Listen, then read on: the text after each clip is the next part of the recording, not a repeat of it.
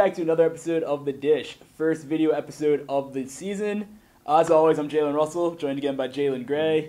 Giving you guys the latest from the NBA. It's only about 3 weeks away from the regular season. Preseason just started up. You've got teams playing over in Europe and playing a couple games over here as well. So looking at this offseason, obviously the biggest story was Kevin Durant signing with the Golden State Warriors. Of course. And like, you know, they've got a very nice core in that area right now. They've gone to 2 finals in a row. Would you say that Golden State has built a dynasty? I'm going to say no. Or at least I'm going to say it's going to be something that they're going to have to prove to me. I know they're probably the most talented team that has ever been assembled. Probably. Yeah, probably. Only probably. Yeah, you know, they had the best record ever last year, and now they just added one of the top 3 players in the NBA. So, you know, but I still think that they're going to have to take some time to build that chemistry on offense. Like, there's only one ball. You can only shoot 1 3 at a time, and there's a lot of guys there that are shooting threes. How do you think the Clippers felt about their chemistry when they lost by 45 points to Golden State? It's the preseason. With their starters playing it's the preseason, 24 minutes or less. It doesn't matter. And I'm really worried about the chemistry on that second unit. Like, you know, with Iggy coming off the bench, with Leandro Barbosa and Sean Livingston. Barbosas not there anymore, actually. I know, that's what I'm talking about. Like, they're not there anymore. I think that was what made them great. Like, they had lineups that could come in and they knew what their role was, and they played it well. I mean, they've got 2 of the 3, though. They still have Iggy and Sean Livingston. Yeah. And the other thing is now they have Zaza Pachulia and JaVale McGee. That's fine. That's my biggest thing. They're a dynasty, unquestionably. They're the second dynasty of the Greg Popovich empire. Because obviously Steve Kerr played for the Spurs his last couple years in the league, and then is using a lot of the same principles with this team now, the ball movement, the passing up good shots for great shots, all that stuff. But when the threes aren't going down, they don't seem to move and the ball now they've got much. a 7-foot wingman that can just slash through the lane every time. But he seems, when they start playing one-on-one basketball, Kevin Durant usually seems to shrink.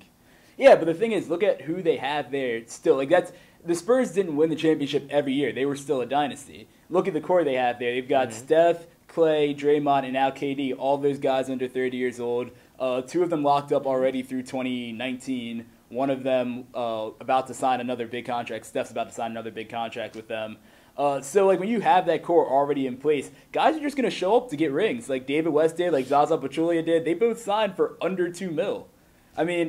Zaza signed for 2.89. Verjao and David West both signed for under $2 million. I'm just going to say that I question their mental and physical fortitude. KD and Stephen Curry already have, you know, injury histories.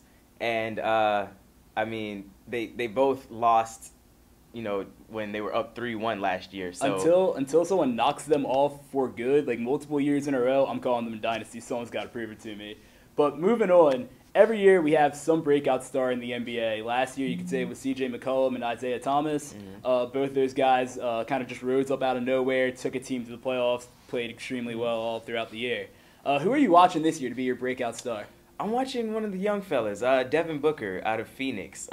It's his second year, but I think that, you know, he had a lot of maturing. He went through a lot of maturity throughout his first year. I mean, with the injuries to Eric Bledsoe and Brandon Knight, he sort of had to step up, and he did in a big way. Early on, he was only averaging about 12 minutes a game. He was scoring anywhere from 5 to 7 points, but when they, you know, gave him over 30 minutes, he was scoring as much as 22 points per game. So and he's a great player. I think he's only going to get better. He's a great player. I'm with you on that. My only worry is that a lot of his points, like you said, came when Bledsoe and Knight were both out. With them back now, they also added Leandro Barbosa.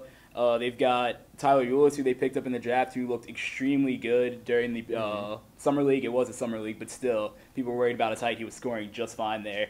I just think that with that crowded backcourt, if the team starts struggling early on, they might switch up the lineups a little bit. Devin Booker might not get as many minutes, and it's going to hurt his status. I think he proved himself. Not to mention, they're probably not going to make the playoffs, so they won't get the media attention, so he won't be like that breakout star status, which is why I'm going with a guy like Victor Oladipo.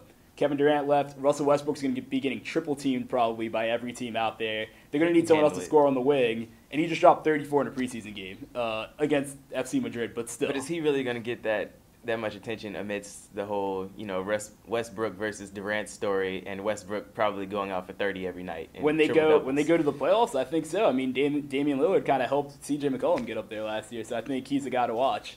Okay. But that's all we have for you this week. Thanks for watching. Get excited for the NBA regular season starting up in about 3 weeks. We'll be back next week. Have a good week. See you soon.